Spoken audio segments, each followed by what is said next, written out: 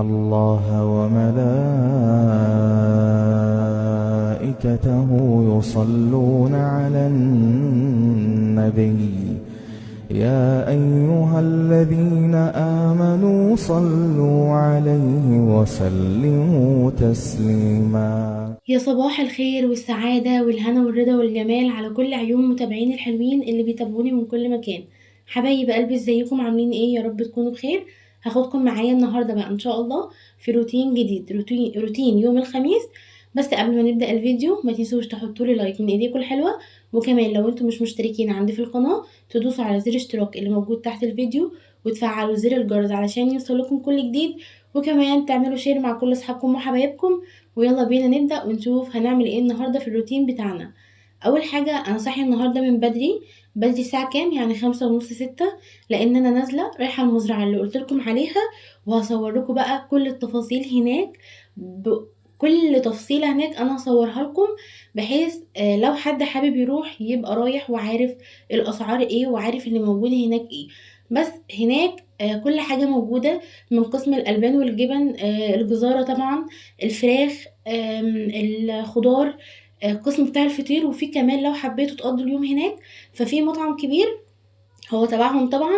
كل حاجة معمولة هناك بقى بالسمنة البلدي، من حمام لبط لفراخ برضو بالسمنة البلدي، وفي فراخ مندي وفي لحمة مندي، وفي رقاق باللحمة المفرومة وفي رقاق بالبط. فالمكان ان شاء الله هناك هيعجبكم قوي. فعشان كده بقى انا صاحية من بدري. طبعا زي ما انتم عارفين ان روتين يوم الخميس، وزي ما احنا متعودين مع بعض، ان يوم الخميس ده بنعمل تنظيفات شبه عميقة شوية، بحيث يوم الجمعة والسبت نقعد كده مرتاحين، مقضيين الاجازة في روقان. او لو هنعمل حاجات خفيفة خالص. اول حاجة بدأت بيها طبعا ان انا شلت سجاد الشقة كله وطلعته البلكونة، وعملت له تنظيف جاف كده بسرعة. وخلطة التنظيف الجاف انا كنت نزلتها معاكم قبل كده، بس هقول لكم عليها تاني. بجيب طبق او اي حاجة عميقة يعني، وببدأ ان انا احط فيها مية وخل، وكمان معلقة من الشاور بتاع السجاد، ومعلقة كبيرة من بريكس، وكمان معلقة كبيرة من اللي هو المعطر بتاع الغسيل، سواء بقى فيلفليتا اللي انا وريته لكم امبارح او فريدة او اي نوع كان انتوا بتستخدموه. وسبته بقى في الشمس يتهوى كويس، وبعدين دخلت على الليفينج كده، رتبت البيضات بتاعه الركنه، وبدات ان انا المع اي حاجه قدامي بقى، كنت ماشيه عماله المع فيها. نفضت الشبابيك ولمعت الالوميتال من بره، وكمان لمعت المكتبه بتاعه التلفزيون. وانتوا بتنضفوا ما تنسوش تلمعوا الزراير بتاعه الكهرباء او الوش بتاع الكهرباء، لان اوقات بيبقى عليه تراب ومتلحوس من ايدينا كده، فما تنسوش تعملوه وانتوا بتنضفوا. بعد كده بقى عملت ايه؟ كنست طبعا الليفينج ومسحته وسبته ينشف، ورحت جايه بقى زي ما انتم شايفين كده. كان السجاد اتهوى شويه، هو طبعا ما كانش فيه شمس، بس هو على الاقل اتهواله شويه. ورحت جايه واخداه من البلكونه ومدخلاه وفرشاه، ولمعت طبعا الازاز بتاع السفره، ولمعت كمان المرايه اللي انا حطاها دي جنب الباب. كنت جايباها بجد كنت جايباها ب 450 جنيه. وبصوا عايزه اقول لكم ان هي حلوه جدا، وانتوا نازلين لو حابين تتصوروا فيها. كمان بتدي شكل حلو كده قوي للليفينج، خصوصا ان انا كنت عامله الالوان متداخله، اللي هو الجراي في المينت جرين في الاوف وايت، زي الالوان بتاعه السفره والركنه عندي. وبس كده خلصنا الليفينج والدنيا تمام. دخلت بعد كده بقى على اوضه النوم، بدات برضو ان انا اجيب بريكس او جلاسي، اي حاجه من الاتنين دول، وبدات ان انا المع برضو ازاز التسريحه. وانا هنا عندي مشكله ان انا ازاز الكومودينو زين وقع عليه ميه، ومهما امسح الخشب نفسه او امسح الازاز نفسه بحس برضو ان هو لسه متبهدل، او مثلا مخزن ميه او منشع ميه كده زي ما انتوا شايفينه. يعني انا عملته كذا مره وشلت الازاز خالص وعملت الخشب، بس برضو بحس ان هو لا، مش ده الازاز او النظافة اللي انا كل مرة كنت بوصل لها. فمش عارفة بصراحة ايه المشكلة. المهم لمعت بقى الكومودينات هي كمان، وجبت المفارش نفضتها كويس، المفارش الصغيرة اللي كنت حطاها دي، وبدأت برضو ان انا افرشها كده بالشكل اللي هو المعين ده. بحس لما افرشها مربع بيكون دمها تقيل، فبفرشها بالطول كده على شكل معين، بحيث شكلها الطف واشيك ومريحة كده للعين. فتحت بقى الشباك بتاع اوضه النوم وظبطت الستاير، وطبعا علشان الهواء بتاع الأوضة يتجدد. وبعدين طبعا بقى جبت المكنسة كده وكنست في السريع السريع. كان في حبة نعكشة كده في المنظمات اللي على التسريح، عايزين كان مبهدلهم، فاخدت المنظمات وطلعت كل اللي فيها وبدأت ان انا انفضها وارجع ارتبهم من اول وجديد تاني. خلصت كنيس، وطبعا طالما كنست يبقى همسح. هي الشقة ما كانش فيها حاجات كتير تتعمل لان انا كنت لسه عاملاها يوم التلات، وكنت برضو منضفة السجاد كويس، وكنت مسحة الاماكن بتاعة السيراميك اللي كانت باينة من السجاد. شلت بقى الكرسي وكل مكان حرفيا مسحته ولمعته. واسهل حاجة في الموب دي ان هي بتدخل في ادق التفاصيل، بتدخل تحت الكومودينو، وكمان بمسح بيها تحت البوتاجاز وتحت التلاجة وجنب النيش وتحت النيش، فبجد عملية وسهلة جدا. عكس جرادل المسيح اللي هي طالعة اللي هي المدورة دي، والشرشوبة بتاعتها بتبقى برضو مدورة وكبيرة. دي ما كنتش بعرف امسح بيها تحت التلاجة ولا البوتاجاز نهائي، لكن دي عشان صغيرة وبعرف اتني الايد بتاعتها، فبكل سهولة بمسح بيها وبنضف بيها اي مكان انا عايزة امسحه والمعه. جيت بعد كده بقى جبت جلاسي، وبعدين كنت افتكرت ان انا ما عملتش الازاز، ما لمعتش الازاز بتاع الدولاب، فجبت جلاسي وبعدين رحت جايه بقى كده رشتين 3 وملمعاه. وبعد ما لمعته وخلصته جبت المساحه وشديت كل بقى الرغاوي، ورجعت تاني جبت وايبس، ورحت جايه عايده على المرايه بحيث ما يبقاش فيها اي لحوسه ولا بواقي جلاسي ولا اي حاجه تماما. الأوضة كانت نشفت. أنا طبعًا باعمل مثلًا الليفينج وأقعد بعد ما أمسحه وأقعد أستريح شوية لحد ما ينشف، وأقوم أجيب السجاد وأفرشه. برضه كده أنا عملت في أوضة النوم، مسحت وقعدت استريحت لي كده شوية، وبعدين جبت السجاد برضه فرشته. بصوا يعني ما شاء الله انتوا شايفين التنظيف الجاف لما بنتظم عليه كل أسبوع. السجاد بتاعي كأني لسه شارياه جديد، شقة عروسة بجد. فجربوا الشاور بتاع السجاد ده او الخلطة بتاعت السجاد اللي انا بقولكوا عليها، تنظيف جاف. وكمان بعد كده لما الصيف يخلص ان شاء الله والشتاء يجي ونبدأ نشيل السجاد ونحط السجاد التاني بتاع الشتاء او الحافظات التانية بتاعت الشتاء، هتبقي شايلة السجاد كده وانتي سايباه نضيف، بحيث لو جيتي غسلتيه في اي عيد مثلا او في رمضان زي ما بنعمل، هيبقى حاجة بسيطة كده خفيفة، مش هتتعبي فيه خالص. كده خلصنا الليفينج وخلصنا أوضة النوم. وبعد كده بقى عملت ايه؟ رحت على طول على أوضة الأطفال، كنت كنساها من بالليل، فيدوب بس لما شلت السجاد عدت عليها بسرعة كده. وبعدين بقى جبت الموب وبدأت ان انا امسحها والمعها. جردل المسيح وانا بمسح او الموب وانا بمسح بحط فيها ايه؟ بحط فيها بريكس. ولو ما شفتوش الفيديوهات بتاعه المشتريات بتاعه المنظفات انا منزلاه امبارح، فارجعوا شوفوه هيعجبكم قوي، وكمان هتستفادوا منه كتير. بحط بريكس، وكمان بحط غطا صغير كده من فريدة اللي هي بريحة النظافة او بريحة جوز الهند، الاتنين بصراحة احلى من بعض. بضيف كمان جراسي ملمع الازاز، وبمسح بميه تكون لا سخنه قوي ولا ساقعه قوي، يعني الميه يكون فيها سنة سخونية تكون دافية. ده بيخلي السيراميك ياخد معانا لمعة حلوة، خصوصا ان احنا كمان بنحط له ملمع ازاز.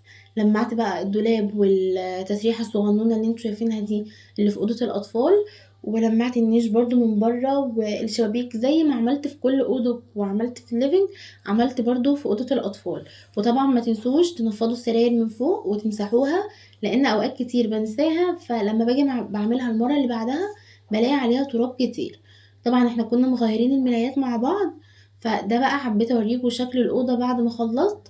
حاجه كده مناظر بتبقى مريحه للعين. احسن فقرة تقريبا بعد ما في اليوم المتعب بتاع تنظيف الشقة ده هو الفقرة كده واحنا بنفرش الشقة ونشوف بقى نتيجة تعبنا عامل ازاي، فبتبقى حاجة حلوة قوي.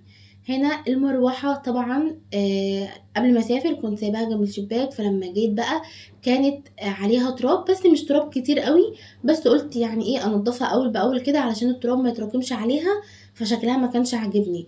فجبت فوطة ناشفة وبعدين مسحتها، ورجعت جبت جلاسي وحطيته على الفوطة، فوطة تانية طبعا، ورحت جاية بقى مسحاها من بره ومن جوه ومسحة العمود ومسحة القاعدة بتاعتها، بحيث ان انا خليتها بصوا يعني فلة شمعة منورة زي ما انتوا شفتوها كده. دخلت بقى على الأوضة بتاعت الانتريه، هي كانت نظيفة، بس انا مجرد بس ايه نفضت مثلا الكنب، نفضت الشباك، كنستها بالمكنسة الكهربائية كده من على الوش، لان محدش بيقعد فيها اساسا، فاغلب الوقت يعني بتبقى نظيفه في حاله ان زين ما فتحش الباب ودخل جوه. المطبخ بقى انا كنت عاملاه من بالليل، كنت غاسله البوتاجاز وغاسله الحوامل وغاسله العيون. ما كانش فيه بس غير الرخامه كنت غاسلاها برضو ببريكس، بس عشان انا دايما بسيب الشباك بتاع المطبخ مفتوح وانا احنا نايمين او طول اليوم عامه، فممكن يدخل هب وتراب حاجه زي كده. فرجعت لمعتها تاني من على الوش بفوطه تكون ناشفه. وغسلت الطبق بتاع الميكرويف علشان كان بقالي اسبوع ما غسلتهوش، فكان متكوم عليه رده. وكنت عامله اللي هو الباتيه الصغنون ده، كنت حاشيه جبنه، فوانا بسخنه فيه الجبنه الموتزاريلا وقعت على الطبق، فعشان كده غسلته بقى ولمعت الميكرويف من بره. وبس كده خلاص. دخلت بقى على الرخامة التانية، مسحت الفلتر برضو من بره. والشمعة عايزة تتغير. انا بقولكم ان الشمعة عايزة تتغير من قبل ما نسافر المصيف، وكل مرة احمد يجي من الشغل متأخر تعبان ما نغيرش اي حاجة، بس ان شاء الله هنغيرها النهاردة. المهم جبت بقى الاسبونشة برضو الناعمة، وبدأت ان انا اعمل الرخامة الصغنونة دي اللي هي جنب الحوض بتاع المواعين. احنا عارفين طبعا ان هي الرخامة اللي بتبقى جنب الحوض دي هي اكتر رخامة بتبقى مظلومة معانا ومتبهدلة، علشان كده بحب كل مرة اخلص فيها المواعين انا ببقى حاطة فوطة كبيرة هنا كده، بحيث لو عندي حاجة عايزة تتصفى، انا عندي الصفاية طبعا، بس بحيث مثلا لو عندي حاجة عايزة تتصفى او اي حاجة عموما. وكمان بحب شكل الفوطة وانا فرشاها كده بالطول على الرخامة، بتبقى سهلة معايا لو خدتها مثلا عملت بيها اي حاجة الكلام ده كله.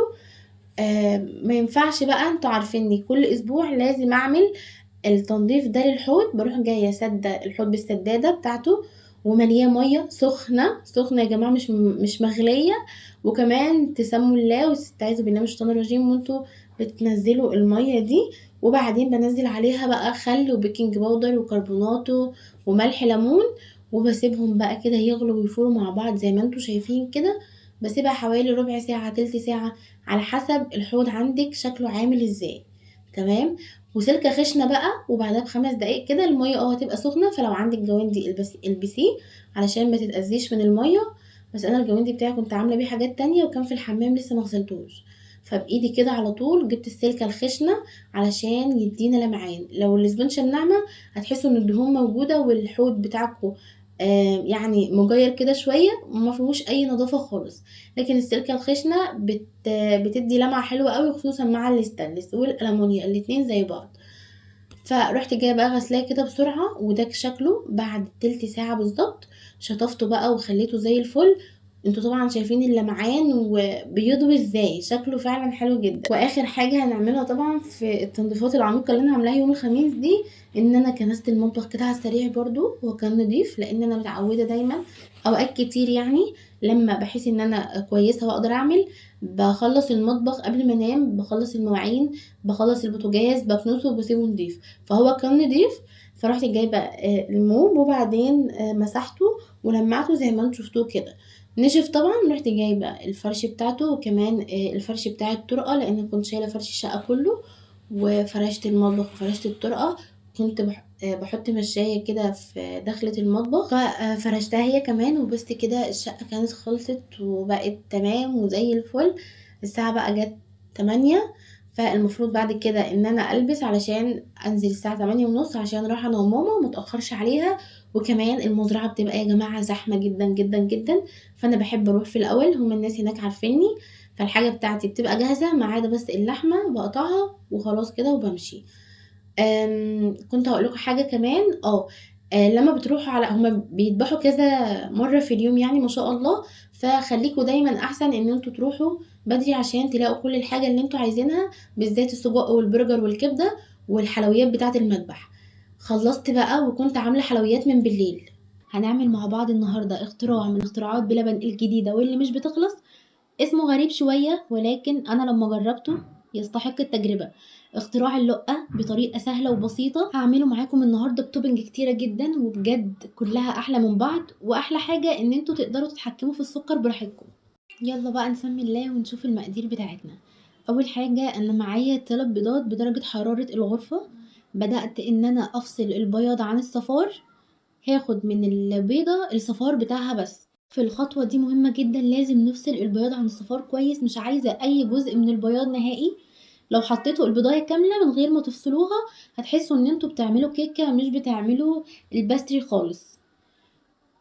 فصلت خلاص الصفار عن البياض، هاركن بقى البياض على جنب وهاستخدم الصفار، هازود عليه مع كيس من الفانيليا وكمان 3 معالق كبار من السكر، مش هاضيف عليه أي حاجة تاني، وهابدأ إن أنا أجيب المضرب اليدوي بتاعي واضربهم كويس جدًا لمدة ما تقلش عن 10 دقايق علشان أتأكد إن السكر داب معانا تمامًا، علشان ما يجروش معانا أو يخلي الباستري بعد كده يفصل معانا أو يكون مخرز مش طعمه حلو.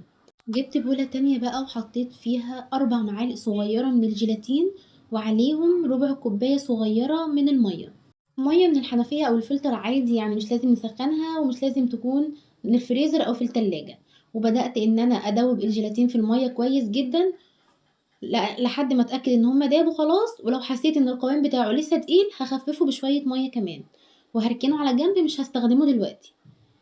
هجيب بقى نص كوباية من اللبن يكون سخن، يعني لو عندكم ترمومتر أنا عايزة الحرارة بتاعته من 40 أو من 42 ل45 ما يزيدش عن كده، أو تحطوا صباعكم فيه لو اتحملتوا الحرارة خلاص تمام. قلبت نص كوباية مع البيض والفانيليا والسكر وبعدين فضيته في بولة كبيرة علشان لو حطينا كمية اللبن كلها مرة واحدة على البيض، اللبن طبعا سخن فهيسوي البيض معانا وكده الوصفة بتاعتنا هتبوظ. بعد ما حطيته في البولة الكبيرة بدأت إن أنا أقلبه كويس جدا ورفعته على النار لحد ما غلى معانا وقوامه بقى تقيل بالشكل اللي انتوا شفتوه ده. هو بيقعد على النار لحد ما ياخد غلوة واحدة بس، مش بقعده أكتر من كده. طيب هو كده الباستري خلاص جهز معانا، هبدأ بقى أجيب الجيلاتين، شايفين الجيلاتين مسك في بعضه ازاي، وهبدأ إن أنا أحطه على الباستري وأقلب كويس جدا لحد ما أتأكد إن الجيلاتين داب معانا تماما. الجيلاتين إيه لازمته في الوصفة دي؟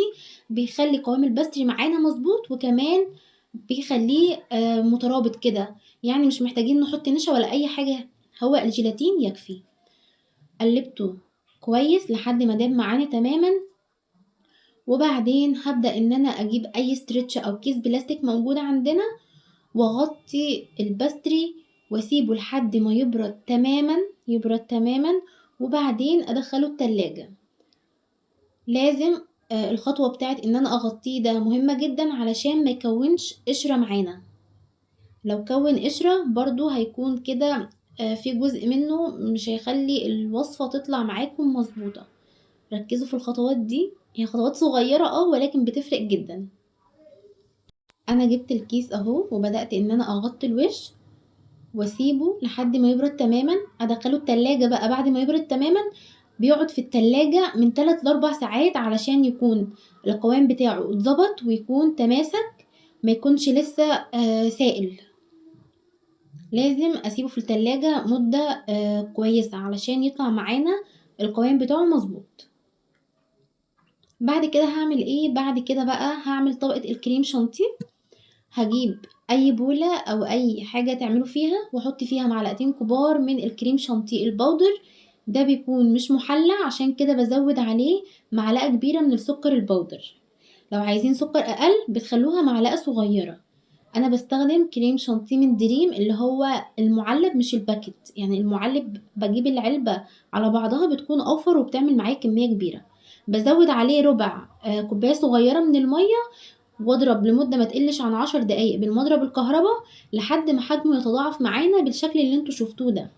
هبدأ بقى ان انا افضيه في بولة كبيرة، وده الباستري بعد ما طلعته من التلاجة قعد معايا في التلاجة 4 ساعات. ضفت الباستري على الكريم شانتيه علشان نعمل بقى الطبقة اللي هنزين بيها، وبدأت ان انا اضرب الكريم شانتيه مع الباستري تاني بالمضرب الكهرباء حوالي كده دقيقتين، يعني لحد ما كلهم يتجانسوا ويختلطوا مع بعض بس، وهيبقى كده جاهز معانا. حابين بقى تحطوه في كيس حلواني وتزينوا بيه تمام، حابين تستخدموه بالمعلقة الاتنين ينفعوا معانا.